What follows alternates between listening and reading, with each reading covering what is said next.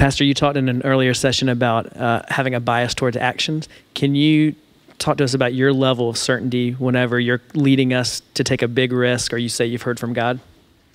I'm never sure if it's not a clear biblical directive.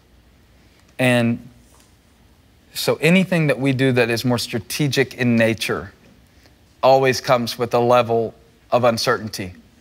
I've said before that there's like the 70%, 80% certainty factor.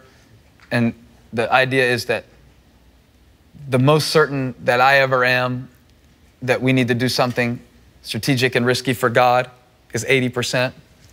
And usually it's more like 55%, 60%. And you have to learn how to act on a certain uncertainty, meaning that the best I can tell right now, God is calling me to take this next step. And I'll take that step and figure out if God wants me to take the next one. And I think that's really what it's about, is people want to get, as we talked about in a few sermons here recently at the church, people want complete certainty. People want complete warranty. Yeah, right. And that God's going to give them 100% and it's black and white. And by the time it's completely certain, it's too late. And so you got to learn how to step out at the right time when you're sure enough that it's God to take the next step, but still uncertain, and you got to find out what happens when you get out there. And I think the power of the next step is huge when it comes to that. Because if I can get enough light to take the next step, then God will give me enough light to take the step after that. And so that's how I deal with it. Now, it means that sometimes as a staff and as leaders, you may have to be patient as God's plan unfolds, and that it's more of a moving target.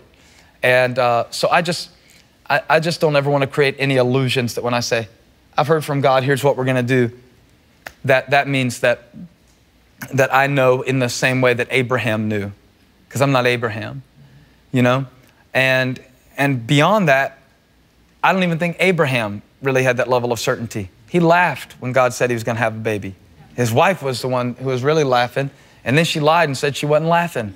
She was lying and laughing, and yet God used them anyway, because they would step. So your fear isn't a problem. When you stop in your tracks because of fear, then it becomes a problem. And that really applies to you when you feel uncertain that you can do your job. I was telling Pastor Craig the other day, I've never felt more toggle of being certain, uncertain, certain, uncertain, certain, uncertain, certain, uncertain. One minute I'll feel like I can take over the world. One minute I'll feel like I should jump out a window. I don't know what to do. He goes, get used to it. That is your life for the rest of your life. And we realize that it helps us to keep a limp, helps us stay humble, helps us stay dependent on God. And we realize that we've signed up for an uncertain task. And really, there's no certainty.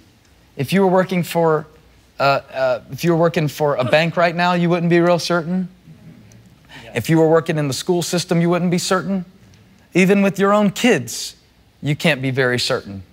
And so that's why we have to anchor ourselves in the fact that we're called to this. I see a lot of people vacillate when uncertainty comes. I see a lot of people who are quick to hit the exit button and jump out the back hatch when things get a little shaky. And I'm not really interested in building a church with people like that. I like what Peter said to Jesus one time. Jesus said, "Are you all going to leave me too?" after all the people went away. And Peter said, "Where else are we going to go?" That's right. Even if we want to, we can't.